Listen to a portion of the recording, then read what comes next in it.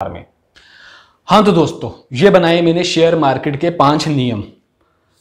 ये वो कायदे कानून, ये वो प्रिंसिपल्स हैं जिसमें आपको नुकसान नहीं होगा, यकीनन 100% प्रॉफिट की भी गारंटी देता हूं अगर आप इन सबको आत्मसात कर लोगे। सबसे पहले जो नियम है वो क्या है? पहला नियम, कभी टीवी एक्सपर्ट्स की राय नहीं माननी। ये जो टीवी में बैठकर एक्सपर्ट्स राय देते हैं ना, इतना रेजिस्टेंस है, 85.3 पे खरीद लीजिए, 82.50 पैसे, ये राय जो होती है ना, ये बहुत खतरनाक होती है। उसके बाद ये राय देते हैं अब रिजल्ट्स आने वाले हैं, आप एक शेयर खरीद लीजिए, इस कंपनी अच्छी है, ये है वो है। ये राय नहीं माननी है, आपको खुद रिसर्च करनी है। आप कहोगे हमारे पास तो टाइम नहीं है रिसर्च करने के लिए, फिर हम टीवी देखकर, टीवी में जो बिजनेस चैनल्स में लोग बिठाए होते हैं, कंपनियां इनको ऐड देती हैं, इसलिए इन बेचारों को परफॉर्म तो करना है, कुछ ना कुछ तो बताना है, इसीलिए ये टीवी में बैठकर आपको बताते हैं। मालूम इन्हें कुछ नहीं होता लेकिन बताते जरूर हैं। तो इसीलिए सबसे पहला काम क्या करना है, टीवी एक्सपर्ट जो हैं इसकी राय नहीं माननी है, इसीलिए इसको करेंगे हम क्रॉस। अब पहला नियम हो गया हमारा। अब दूसरा नियम, कंपनी के प्रमोटर का कंपनी में कितना हिस्सा है। अब जैसे मैंने आपको बताया था कि रुचि सोया में 99.3% हिस्सा बाबा रामदेव का है। प्रमोटर का हिस्सा कितना है ये मैंने आपको बताया, और प्रमोटर का हिस्सा जो है ये अच्छी चीज है, ये आपको जानकारी होनी चाहिए। अगर आपको प्रमोटर का, आर पावर में भी प्रमोटर का हिस्सा देखिए, आर कैपिटल में भी देखिए, एनएफएल में भी देखिए, अशोका लेलैंड में भी देखिए, टाटा में भी देखिए, जिसमें देखना है। आप जब भी कभी शेयर के बारे में जानकारी लें, उसके प्रमोटर का हिस्सा जरूर देखें, क्योंकि प्रमोटर के हिस्से से शेयर में अप डाउन बहुत ज्यादा प्रभाव पड़ता है। याद रखिएगा, प्रमोटर का हिस्सा। आप कहेंगे रुचि सोया आप गिर रही है तो प्रमोटर का हिस्सा कहां गया? 99% हिस्सा है। तो बाबा रामदेव का अगर 99% हिस्सा है तो आप देखिए ना, उन्होंने शेयर कितने में लिया था। ये जो कुछ शेयर हैं उसके बारे में मैं आपको अलग से भी बताऊंगा, लेकिन प्रमोटर का हिस्सा मेन बात है जो आपको देखनी है, चाहे वो आलोक इंडस्ट्रीज हो या कोई भी शेयर, जेपी एसोसिएट हो। जेपी एसोसिएट की आजकल चल क्या रहा है ये, ठीक है। अब तीसरा नियम हम देखेंगे, कंपनी की बैलेंस शीट। कंपनी की बैलेंस शीट मतलब कंपनी के जो डेबिट्स हैं, क्रेडिट्स हैं, वो कितने, उसका घाटा कितना है, क्या चल रही है कंपनी में, काम क्या चल रहा है। अगर आप उसकी बैलेंस शीट, हर वेबसाइट पर आप जाएंगे, इकोनॉमिक टाइम्स की जाइए, आप इकोनॉमिक टाइम्स छोड़िए, moneycontrol.com पे जाइए, आप bsc.com पे जाइए, जितनी भी वेबसाइटें हैं शेयर बाजार से रिलेटेड जो सेंसेक्स वगैरह के बारे में बताती हैं, वो आपको बता देंगी कि कंपनी की last balance sheet, last quarterly result क्या आया था। तो क्वार्टरली रिजल्ट से भी आपको ये पता चल जाएगा कि कंपनी की औकात क्या है, हालात कैसे हैं उसके। इस चीज को भी आपने देखना है, ठीक है। मैंने आपको तीसरा भी बता दिया, दूसरा भी बता दिया, ये भी। अब चौथा नियम, गिरते शेयर को कभी नहीं खरीदें। चौथा नियम, गिरते शेयर। क्या? जैसे कोई शेयर गिरता है ना, जैसे कि वो 2000 रुपए था, आपने सोचा वो 1500 आया, गिर गया, 500 रुपया गिर गया, नहीं खरीदना है। फिर वो 1000 रुपये आया, आपने सोचा फिर गिर गया और ले लेते हैं, 1000 आधा आ गया, नहीं खरीदना है।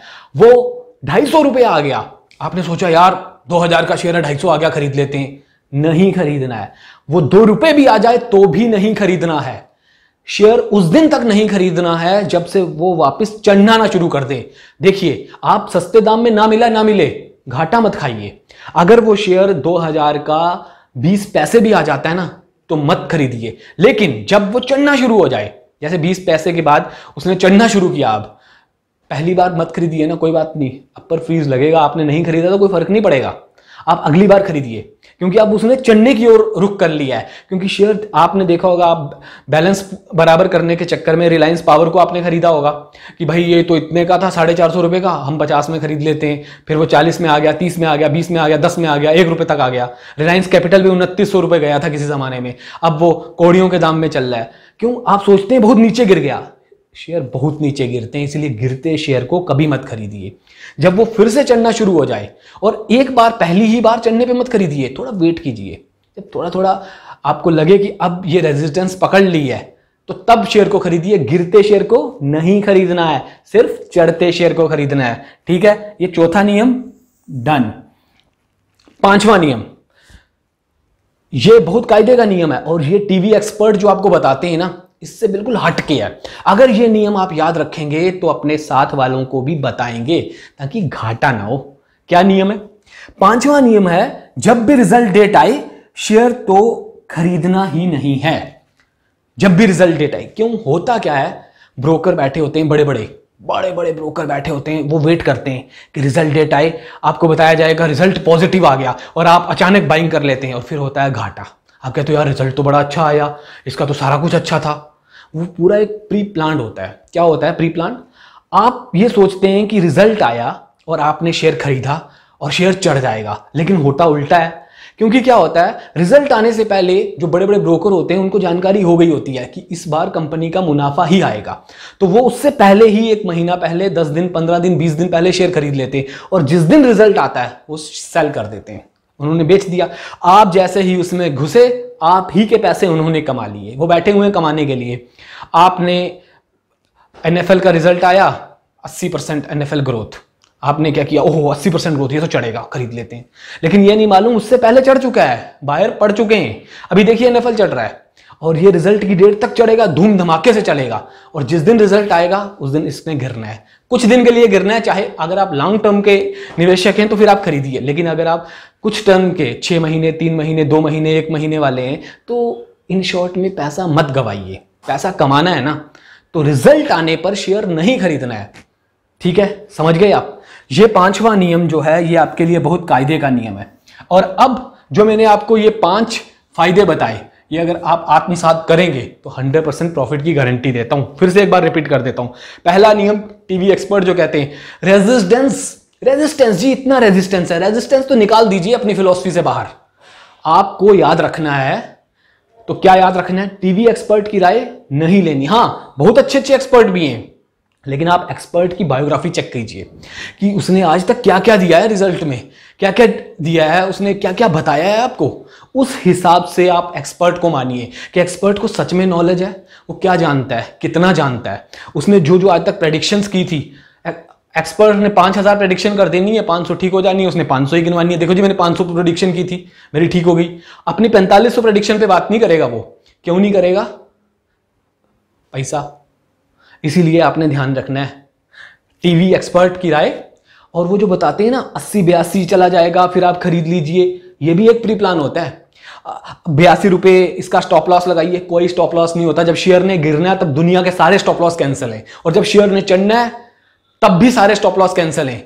इसीलिए पहली बात, टीवी एक्सपर्ट की बात नहीं माननी। दूसरा, प्रमोटर अपना हिस्सा शुरू में आने के बाद कुछ देर बाद अपना कम करते हैं। 20% कम करता है, कोई 10%, कोई 30%, कोई 40%, कोई 50%। रिलायंस में तो मैंने आपको बता ही दिया, 80% 99% तक कम कर दिया गया है। तो प्रमोटर का बहुत ध्यान रखना है। ठीक है। तीसरा नियम, कंपनी की बैलेंस शीट, कंपनी का काम देखिए, क्या कंपनी घाटे में तो नहीं जाएगी, क्या है कंपनी का काम। चौथा नियम, गिरते शेयर को नहीं खरीदना है। पांचवा नियम, जब भी रिजल्ट की डेट आए तो शेयर ना खरीदें। बस यही चीजें हैं जो आपको ठोक बजाकर देखनी है, और गारंटी से कहता हूं अगर आप ये चीजें ठोक बजाकर देखेंगे ना तो आपको 100% प्रॉफिट ही होगा। मैं आपसे फिर मिलूंगा और आपको बीच बीच में अपडेट करता रहूंगा। मैं राजनीति से जुड़े वीडियो भी बनाता हूं क्योंकि मैं ठोक बजाकर बात करता हूं। मेरे उन वीडियो को भी देखिएगा। लेकिन बिजनेस में अगर आप ये देखेंगे तो आपको बहुत सारे फर्जी एक्सपर्ट्स की राय सुनने की, देखने की जरूरत नहीं पड़ेगी। बस इन्हीं चीजों को देखिए। आरकॉम, NFL, आलोक इंडस्ट्रीज, इन सब पर मैं वीडियो बनाऊंगा। और हर बार शक्ल नहीं दिखाऊंगा, इस बार दिखा दी क्योंकि इस बार आपको बताना था, रूबरू करना था कुछ नियमों से। जब जब जरूरत पड़ेगी मैं खुद आऊंगा आपको बताने के लिए। अभी आरकॉम अपर फ्रीज चल रहा है, ध्यान रखिएगा अपना, सावधान रहिएगा, क्योंकि अपर फ्रीज से कब लोअर फ्रीज में आ जाए, मैंने आपको बताया था कोर्ट में केस है, कब उस पर ट्रेडिंग बंद हो जाए और कब आपके पैसे वहीं ब्लॉक हो जाएं। इस चीजों का ध्यान रखिए, इन चीजों का ध्यान रखिएगा। बस ठोक बजा के मैं आज इतना ही। धन्यवाद। जय हिंद, जय भारत। ये 5 नियम याद रखिएगा।